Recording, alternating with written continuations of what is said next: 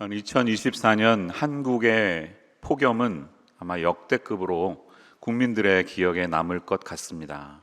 다녀오신 모든 분들이 너무너무 더웠다는 이야기를 하시더라고요. 더군다나 습도까지 너무 높아서 밤에도 이 식지 않는 열대야가 20며칠인가 장기간 계속되면서 마치 찜질방에서 자는 것 같았다는 아우성들이 많았습니다. 그런데 더 놀라울 만한 사실은 전 기상청장이었던 분 중에 한 분이 이렇게 말했습니다. 올여름이 가장 시원한 여름이 될 것이다. 왜냐하면 날이 갈수록 더워질 것이기 때문에. 너무 끔찍하지 않습니까? 이런 세상에 온다는 것이. 데이빗 월러스 웰즈라는 환경 연구가에 따르면 지난 30년간 배출된 탄소 배출량이 산업혁명 이후 200년 동안 배출한 양과 비슷할 정도로 탄소 배출과 지구온난화 문제는 점점 심각해지고 있습니다. 저자가 관련 연구를 바탕으로 제시하는 2050년, 앞으로 26년 이후의 지구의 모습은 이렇습니다. 여름 최고 기온 평균이 35도를 넘는 도시가 현재 350개에서 970개로 늘어난다. 매년 전 세계 50억 명 이상이 물 부족에 시달린다. 폭염으로 연간 25만 5천 명이 죽는다. 이 나날이 지구온난화 문제는 엎친 데 덮친 격으로 가속화되어 간다는 사실이 우리에게 근심을 줍니다. 제가 이 이야기를 드리는 이유는 오늘 이 책의 주인공인 요엘 선지자의 고백을 보면, 그의 예언을 보면 나날이 증가되는 어떤 심판의 강도성을 이야기하기 때문입니다.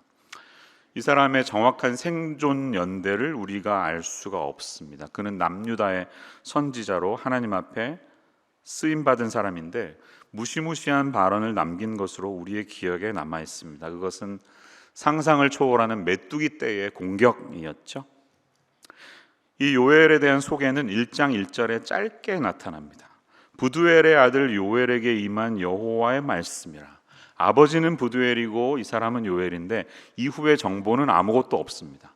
두 사람 다 성경의 어느 한 곳에 다시 등장하지 않습니다. 그러니까 정확한 프로필이 없다는 거예요. 대부분의 선지자들은 활동할 때 왕의 연대와 함께 소개되기 때문에 그가 어느 시대에 활동했는지 알 수가 있는데, 특이하게도 이분의 경우는 그렇지 않습니다. 물론 오바다 같은 사람도 있지만요. 그에 관한 세세한 프로필을 우리가 전혀 알 수 없고, 길이조차도 짧은 3장의 책이지만 선지서로서 주는 이 책의 무게는 결코 가볍지 않습니다. 왜냐하면 이 책의 구조를 볼 때 아주 특이하고 소중한 점이 발견되기 때문입니다. 그게 무엇인지는 제가 조금 뒤에 가서 설명드리도록 하겠습니다. 요엘이 경고했던 이스라엘이 맞이할 커다란 사건은 바로 메뚜기 떼의 침공이었습니다. 이 사실이 1장 4절에 등장합니다. 4절 보시면 팥중이가 남긴 것을 메뚜기가 먹고 메뚜기가 남긴 것을 느치가 먹고 느치가 남긴 것을 황충이 먹었도다. 이렇게 말합니다. 팥중이나 느치나 황충은 무엇입니까? 따지고 보면 다 똑같은 메뚜기예요. 근데 그들의 습성에 따라 다르게 표현한 것입니다. 성격에 따라 다르게. 그래서 영어 성경을 보시면 What the cutting locust left, the swarming locust has eaten. What the swarming locust left, the hopping locust has eaten. And what the hopping locust left, the destroying locust has eaten. 이렇게 각각의 기능이 다른 것을 설명하고 있습니다. 다시 말해서 메뚜기가 한번 휩쓸었으면 끝날 줄 알았는데 또 와서 훑고 싸그리 다 약탈해가는 엎친 데 덮친 격이 될 거라는 말을 하고 있습니다. 펄벅의 대지라는 소설을 잘 아시죠? 펄벅은 중국 선교사의 딸이었습니다. 그래서 중국에 살아갔던 경험을 통해서 한 농촌에서 살아가는 왕록이라는 사람의 삶을 잘 담아냈죠. 그런데 사실 이 소설이나 소설을 기반으로 한 영화를 떠올려 보면 우리의 가장 기억에 남는 장면은 메뚜기 떼 하나입니다. 저도 그렇습니다. 이 드넓은 평원을 새까맣게 뒤덮은 메뚜기 떼가 몰려오고 그들이 지나간 길목엔 아무것도 남는 게 없습니다. 곡식부터 풀잎, 심지어 나무 이파리, 연한 나무 가지, 뿌리까지 싸그리 먹어치우는 무서운 메뚜기 떼가 마을로 다가옵니다. 농부들이 1년 동안 수확한 이 농작물을 지키기 위해서 사력을 다해서 싸우지만 아무런 소용이 없어 속수무책입니다. 모든 것을 다 그들은 앗아가 버립니다. 이 소설에서는 이 메뚜기 떼를 teeth of the wind라고 표현했습니다. 영어에 그런 표현이 있는데요. 얼마나 확 와닿는 표현입니까? 바람의 이빨. 예. 그냥 싹 다 갉아먹는다는 것이요. 1장 6절의 표현도 비슷합니다. 그들은 강하고 수가 많으며 그 이빨은 사자의 이빨 같고 그 어금니는 암사자의 어금니 같도다. 이렇게 말합니다. 여러분, 굉장히 이 표현이 다가오지 않습니까? 얼마나 무서울까요? 정작 그것을 경험하면. 메뚜기의 보통 수명이 127일을 산다고 하는데 그들은 살아있는 동안에 하루 평균 자기의 몸무게만큼을 먹어치우고 심한 메뚜기는 몸무게의 3배를 먹는다고 합니다.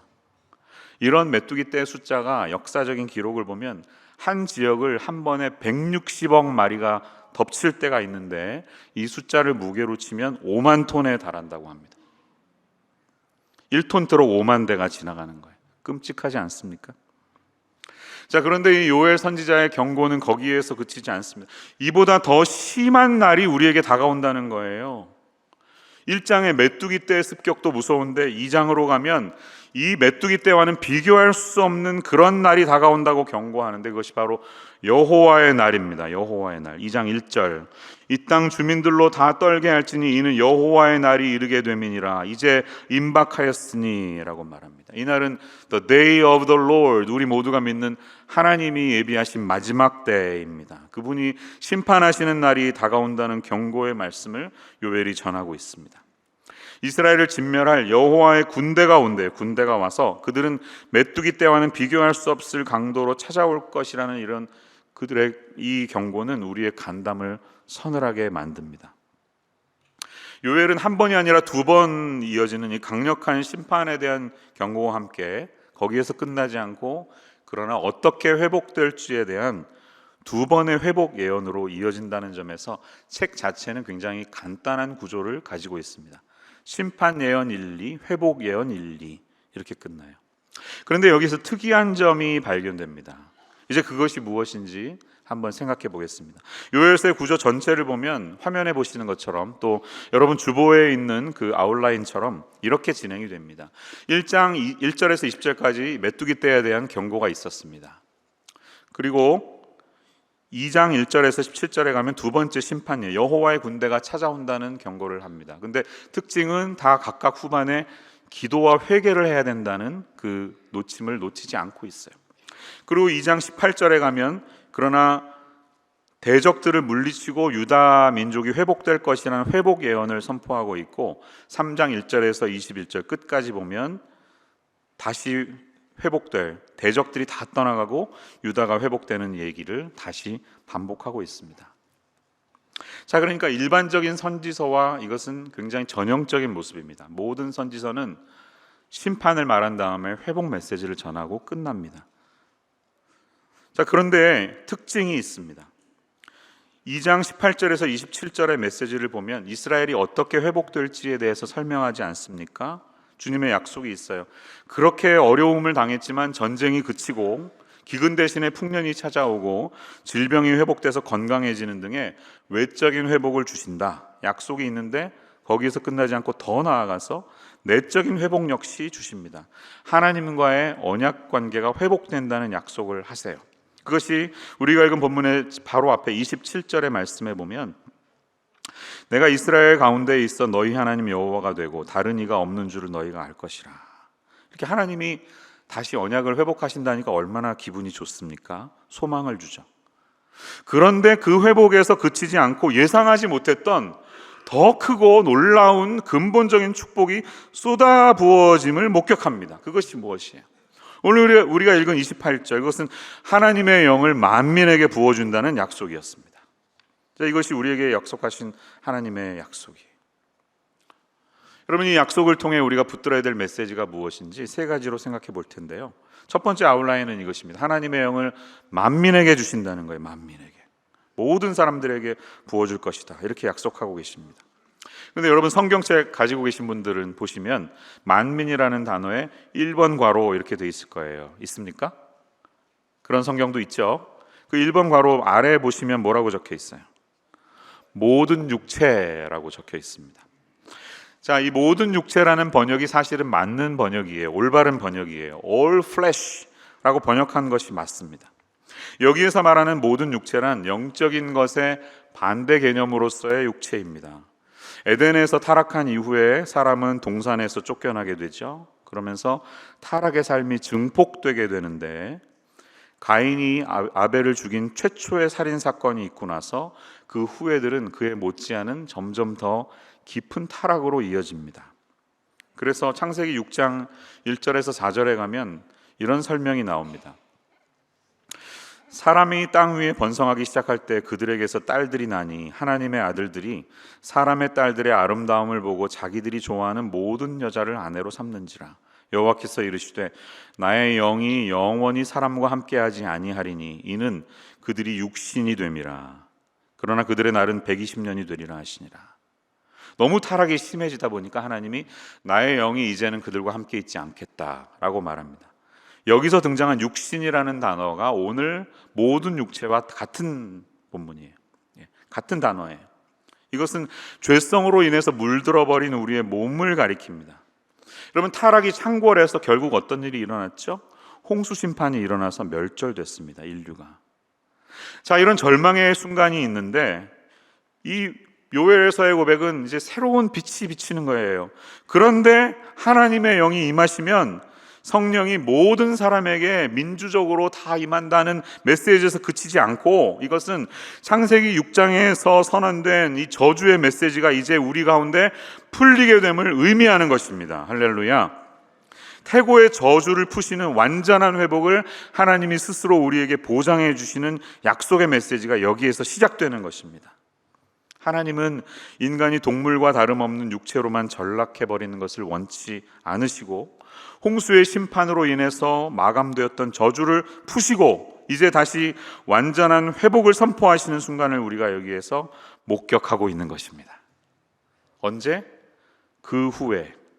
그 후란 언제일까요?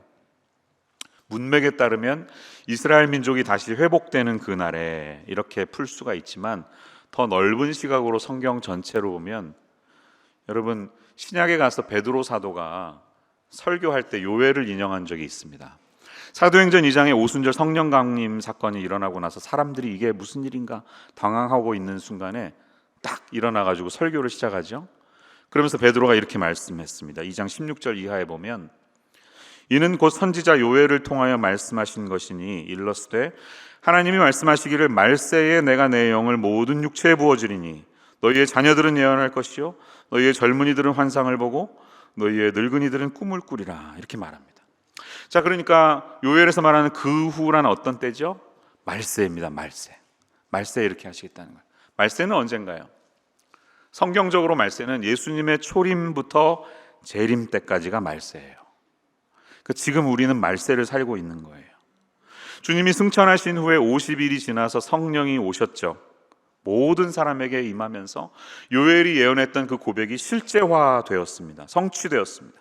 성령이 우리 가운데 부어짐으로 죄와 저주에 사로잡혔던 우리가 하나님을 아는 참 지식을 깨닫게 되게 되었습니다. 왜? 말씀의 저자이신 성령님이 우리와 함께 하시기 때문에 이제는 우리가 말씀의 뜻을 온전히 깨닫고 그것을 오류 없이 전할 수 있는 우리의 교사가 되어주셨다는 말이에요. 그 말입니다.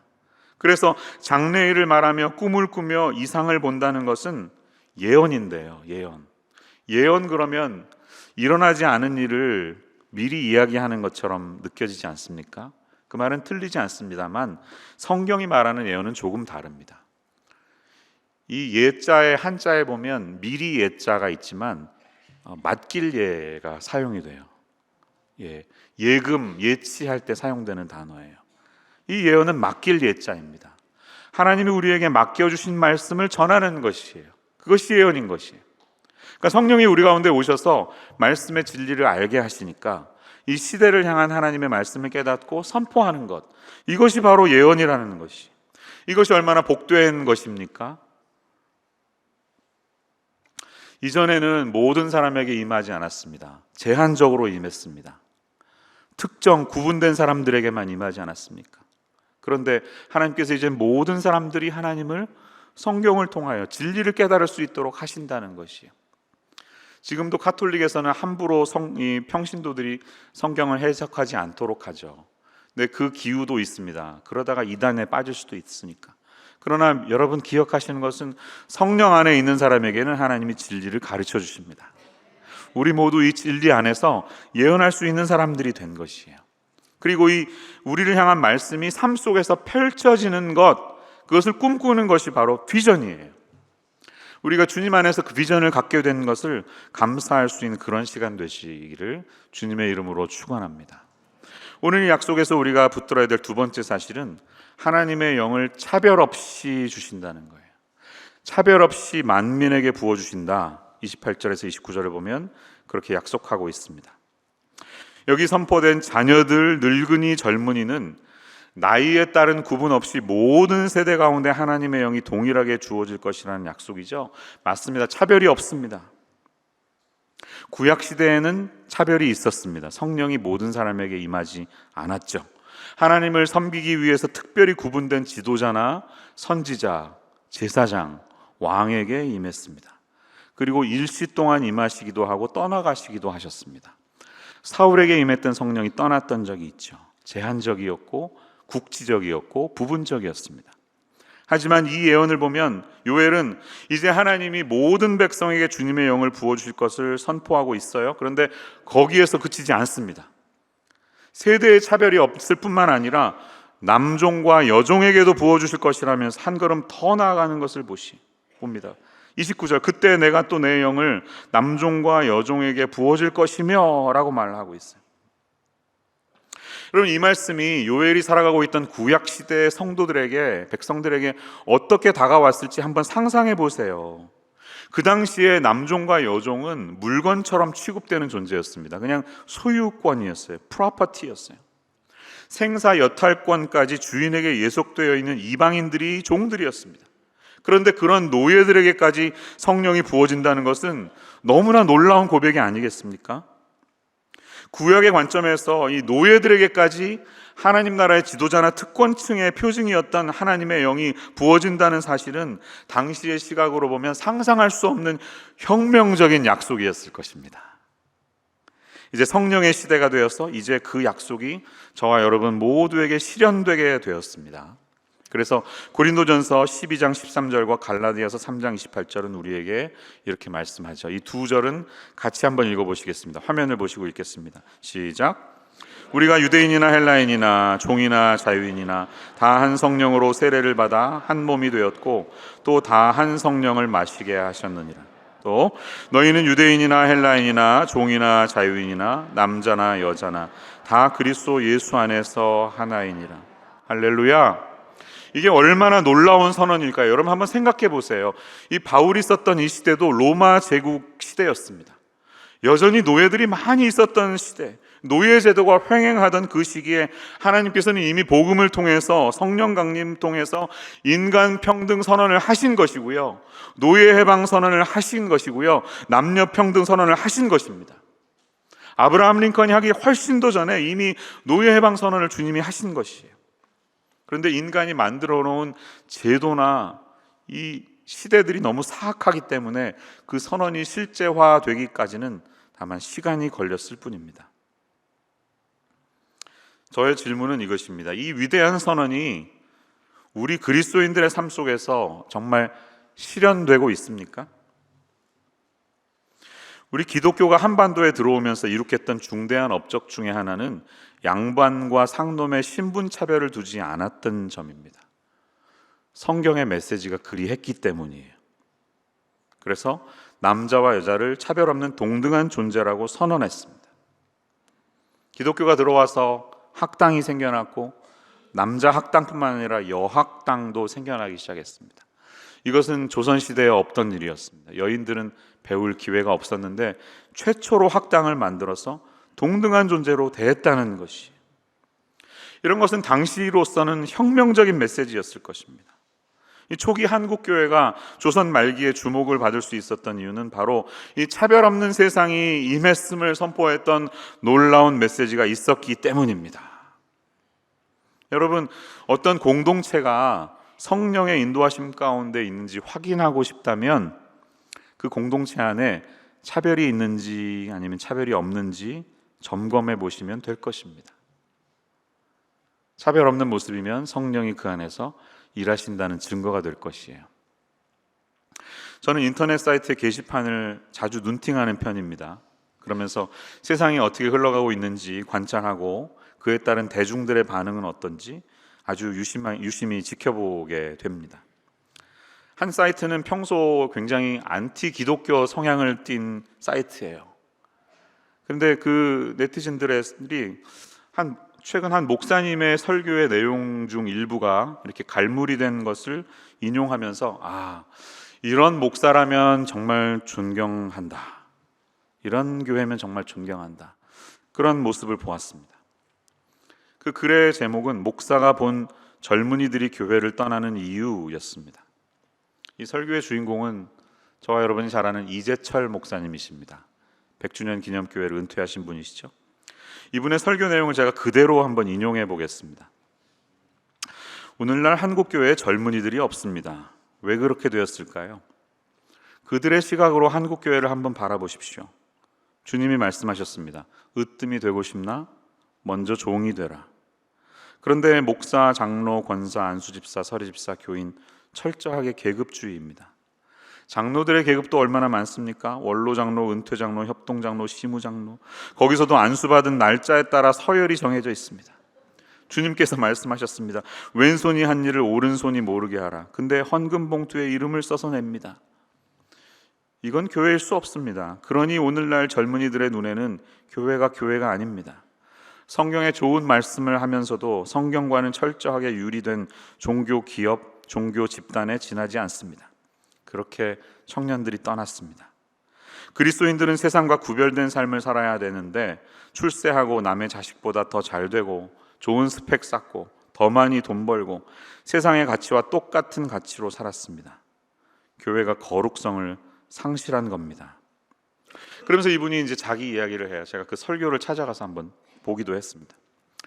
과거에 제네바 한인교회를 몇 년 동안 섬기셨던 적이 있었어요. 이재철 목사님이. 근데 음악을 굉장히 좋아해서 이 제네바 콩쿨이 열리면 자기가 예선을 다 지켜봤다는 거예요. 성악 콩쿨이 열리면 몇백 명의 지원자가 오는데 예선부터 쫙 본선까지 봤다는 겁니다. 그런데 결국 본선에 올라가는 사람들을 보니까 뭔가 다르다는 거죠. 오케스트라가 반주하면 이 소리에 덮여서 노래 부르는 사람의 소리가 들리지 않는데 본선에 오르는 이 탁월한 사람들은 그 소리에 덮이지 않고 자기 목소리를 낸다는 것이에요. 이유가 뭘까? 이 성악가들의 파장이 달랐기 때문이라고 설명합니다. 오케스트라와 파장이 다른 소리를 내는 특별한 목소리가 있었기 때문에 올라간다. 그런 얘기를 하시더라고요. 그러면서 이런 이야기를 목사님은 설교 중에 하십니다. 그래미상을 2번 탄 한국의 음향 기술자가 있습니다. 그 사람이 순천 송광사에 가서 1000년 동안 이어져온 새벽 예불을 녹음합니다. 그 스님은 윗대 스님한테서 그 윗대분은 또 그 윗대분에게 1000년 동안 전수된 예불을 녹음했습니다. 그 다음은 서울 대형교회의 새벽 기도 소리를 녹음했습니다. 수천 명이 주여 소리 지르고 와 소리 지르잖아요. 그걸 녹음했습니다. 그분이 뭐라 했는지 아십니까? 스님 한 사람의 연불 소리가 수천 명의 기도 소리를 압도한다. 스님은 속세를 떠난 사람입니다. 다른 파장을 가지고 있습니다. 다른 파장을 가지고 있으니 수천 명이 내는 욕망의 소리를 압도하는 겁니다. 교회의 소리가 왜 세상의 소리에 파묻히는가? 소리와 파장이 똑같기 때문입니다. 교회는 세상과 구별된 파장을 가져야 합니다. 이렇게 끝납니다. 메시지의 핵심은 결국 이 땅의 교회가 교회다움을 회복하려면 세상과는 다른 파장을 가지고 있어야 진정한 울림을 세상에 제공할 수 있다는 것이죠. 이 초대교회가 로마 제국에 던졌던 충격적인 메시지가 바로 그런 것이었습니다. 처음 고아원이 어떻게 생겨난지 아세요? 로마 제국에서는 딸아이가 태어나면 이 시궁창에 버렸습니다. 남자아이를 존중하는 사상이 있었어요. 그리스도인들이 그거를 용납할 수 없었죠. 그래서 수도원 옆에 항상 고아원이 있는 이유는 그 아이들을 거두어서 키웠기 때문입니다. 그런 전통이 로마 제국에 충격을 주었던 것이죠. 한국 교회가 조선 말기에 주었던 이 울림 있는 메시지, 여자들도 동등하다, 병원을 짓고 학교를 세워서 양반 상농 구분 없이 모두가 동등하다는 이 차별 없는 성령 안의 하나됨을 실천했기 때문에 이 메시지에 울림이 있었던 것입니다. 저는 1부 예배가 끝나면 친교실에 가서 2부 예배 들어가기 전에 아침을 얼른 먹고 또 움직입니다. 그런데 줄을 서지 않고 바로 친교부에서 차려주신 그 음식을 향해 걸어갑니다. 그런데 그 모습을 떠올리니까 조금 부끄러워집니다. 물론 시간적인 제약 때문에 제가 그러는 것을 성도님들이 이해해 주시겠지만, 그렇게 성도님들과는 다른 모습으로 줄 서지 않고 가는 저의 모습에 용서를 구합니다.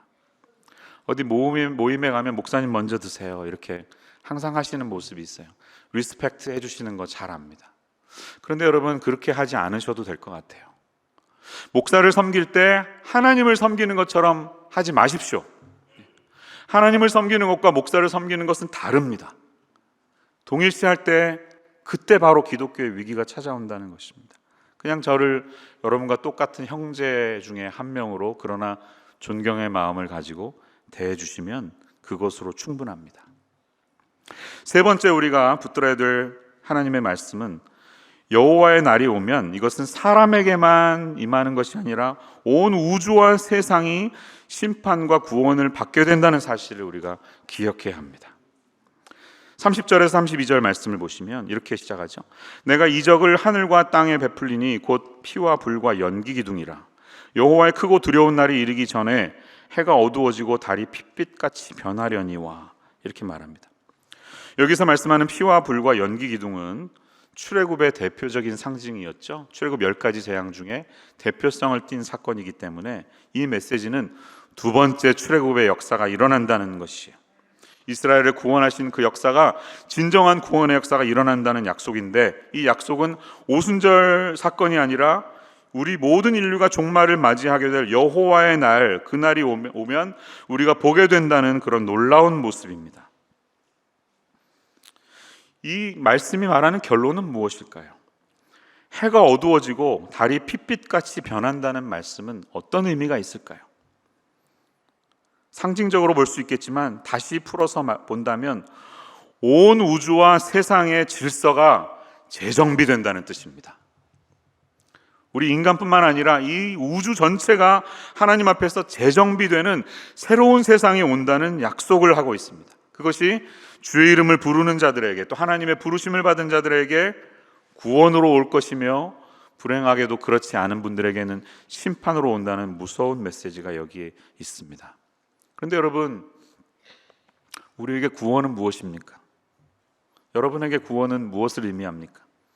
그냥 이 땅에 살다가 죽으면 천당에 가는 개인의 영혼 구원을 의미합니까?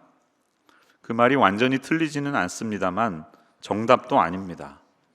구원의 영역은 거기에만 머무르면 안 됩니다. 내 영혼이 구원받는 것에서 끝나지 않습니다. 하나님이 말씀하신 구원은 다시 회복되는 하나님의 나라를 의미합니다. 성경의 커다란 주제가 이것이에요.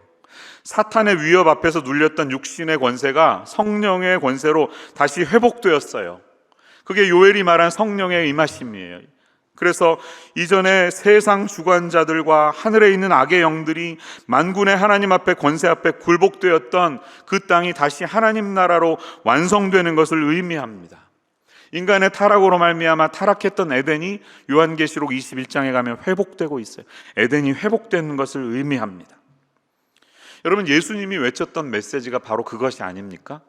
예수님이 공생애를 시작하실 때 마가복음 제일 앞부분을 보면 뭐라고 말씀하세요? 때가 찼고 하나님의 나라가 가까이 왔으니 회개하고 복음을 믿으라, 이렇게 말씀하시지 않습니까? 이것이 주님의 일성이었습니다. 하나님의 나라가 가까이 왔다, 이제 회개하고 복음을 믿으라. 구원은 개개인의 영혼이 거듭나서 천국에 가는 것에만 그치지 않고 이 거룩하고 완전하신 하나님의 나라가 우리 가운데 다가오는 것을 의미합니다. 그래서 우리가 Thy kingdom come, Thy will be done on earth as it is in heaven, 이렇게 날마다 기도하지 않습니까? 주의 나라가 우리에게 오게 하여 주시옵소서. 주의 뜻이 하늘에서 이루어진 것처럼 이 땅에서도 이루어지게 하여 주시옵소서. 이런 고백이 우리에게 있는 것이 아니겠습니까? 구원은 개인의 영혼을 뛰어넘는 온 우주가 회복되는 것을 의미합니다. 오는 9월 넷째 주에 인천 송도에서 4차 로잔 대회가 열립니다. 220국가에 5,000명의 참석자들이 있는 큰 국제 대회입니다. 로잔 대회는 맨 처음 빌리 그레함 목사님을 중심으로 당시 UCC의 급진적인 선교관에 대항하기 위해서 복음주의 선교 대회를 1974년 스위스 로잔에서 연 것에서 출발하였습니다. 이 1차 대회는 이 자유주의 진영이 생각하는 선교에 대한 시각이 많이 삐뚤어진 것을 보면서 선교 현장을 떠나는 선교사님들이 위기다는 것을 인식한 분들이 함께 모여서 복음주의가 어떤 논의를 할 수 있을까 시작되었던 복음주의 운동이었습니다. 이 1차 로잔 대회가 끼쳤던 공헌 중에 하나는 세계 복음화를 이루는 데 우선적인 것은 복음 전도이기는 하지만 사회적인 책임 역시 동일한 가치를 지닌다는 이 복음의 총체적인 측면, 홀리스틱한 면을 회복한 일이라고 학자들은 말합니다. 당시 채택된 로잔 언약을 읽어보면 이 총체적인 복음의 의미가 무엇인지를 아주 잘 정리하였습니다. 한국교회 일부 세력들 중에 이번 로잔 대회를 반대하시는 분들이 있더라고요. 기사가 실리는데 로잔 대회가 너무 리버럴하다는 것이 그분들의 결론입니다. 이분들이 보시는 시각을 저는 폄하하고 싶지는 않습니다. 하지만 그들의 주장을 보면서 저는 구원에 대하여, 복음에 대하여 때로는 너무나 좁고 갇힌 시각이 담겨 있다는 것을 봅니다. 복음에 대한 순수한 열정은 좋지만 신앙이라는 것이 어떤 근본주의적인 시각에 갇히게 되면요, 나중에는 내 편은 사라지고 다 적들만 눈에 띕니다. 그걸 지켜내야 되니까 모든 사람이 다 적으로 보이는 것입니다. 여러분, 그렇게 해서는 복음이 확장될 수 없는 것이에요. 또 복음이 단순한 그저 몇 줄의 교리나 공식이 될 때, 우리 인간의 소리가 될 때, 사형리 한번 읽어주는 것이 될 때 그 능력은 온전히 확장될 수 없습니다. 왜냐하면 복음은 하나의 소리가 아니라, 교리나 가르침이 아니라 그 교리가 우리의 삶 속에서 구현되는 방식이기 때문입니다. 이 복음을 담은 사람들이 내 삶 속에서 어떻게 살아가고 있는가, 그것이 움직여지는 모습을 세상 사람들이 볼 때 그때 진정한 전도가 이루어진다는 것이고, 그때 하나님의 나라가 펼쳐진다는 것입니다. 복음은 공식이 아닙니다. 1, 2, 3, 4 잠깐 내 말을 들어보세요 하고 하는 것이 아니라 그 복음을 경험한 내가 내 삶으로 살아가는 삶의 이야기들이 전달될 때 진정한 울림이 그들 가운데 전해진다는 것이에요. 구원을 좁게 놓지 마십시오. 이 세상 모든 질서 가운데 하나님이 다스리고 계시고 그분이 회복하실 하나님 나라의 회복, 이것이 복음의 의미이며 구원의 의미입니다. 여러분, 예수님이 어떻게 사셨습니까? 예수님이 목소리를 막 지르면서 사람들의 주목을 받으시면서 사역하셨고, 그럴 때 사람들이 주님을 만났나요? 아니죠. 이사야 42장을 보면 메시아를 예언하면서 이사야는 이런 말씀을 합니다. 내가 붙드는 나의 종, 내 마음에 기뻐하는 자, 곧 내가 택한 사람을 보라. 내가 나의 영을 그에게 주었은즉 그가 이방에 정의를 베풀리라. 그는 외치지 아니하며 목소리를 높이지 아니하며 그 소리를 거리에 들리게 하지 아니하며, 이렇게 말씀합니다. 예수님이 목소리를 높이지 않았다고 말씀하십니다. 집 안에서 가만 사역하셨는데 알아서 사람들이 와서 삶이 변했습니다. 왜 그랬을까요? 사람들이 예수님께 왔을 때 자기들에게는 없는 무언가가 예수님에게 있었기 때문입니다. 그리고 그분의 인격과 그 메시지를 통해 변화되었다는 것입니다. 왜? 예수님은 파장이 달랐기 때문입니다. 그분에게는 세상의 소리가 없었기 때문입니다. 하나님의 나라가 예수님의 목소리와 삶을 통해 들려졌고 보여졌기 때문입니다. 여러분, 어쩌면 우리 그리스도인들이 이토록 세상에서 아무런 주목받지 못하는 이유는 거기에 있지 않겠습니까? 사랑하는 성도님들, 우리들도 세상 사람들과는 다른 파장으로 살아가야 하는 줄로 믿습니다. 우리가 예배당에 와서 날마다 기도하는 기도의 내용에는 어떤 내용이 담겨 있습니까? 혹시 믿지 않는 사람과 아무 차이 없는 똑같은 간구와 바램을 하나님 앞에서 구하고 있지는 않습니까? 다르게 살아야 한다는 것입니다.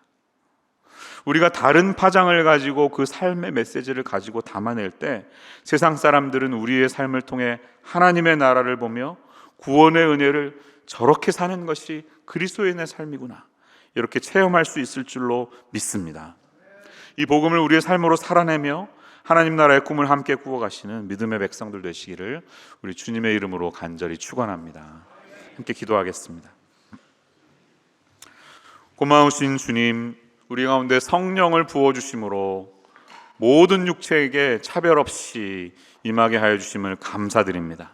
하나님, 이제 이 복음을 가지고 삶으로 담아내는 저희들이 세상에는 없는 목소리를 담아내게 하여 주옵소서.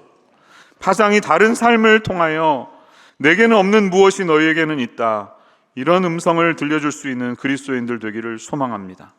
교회가 다시 교회다움을 회복할 수 있도록, 교회로부터 등을 돌려서 외면해버린 분들이 다시 돌아올 수 있도록 우리에게 있는 이 모든 내적인 욕망들이 사라지고 주님의 음성이 담기게 하시고 다른 파장을 지니며 또 나타낼 수 있는 저희의 인생 되게 하여 주시옵소서. 예수님의 이름으로 기도합니다.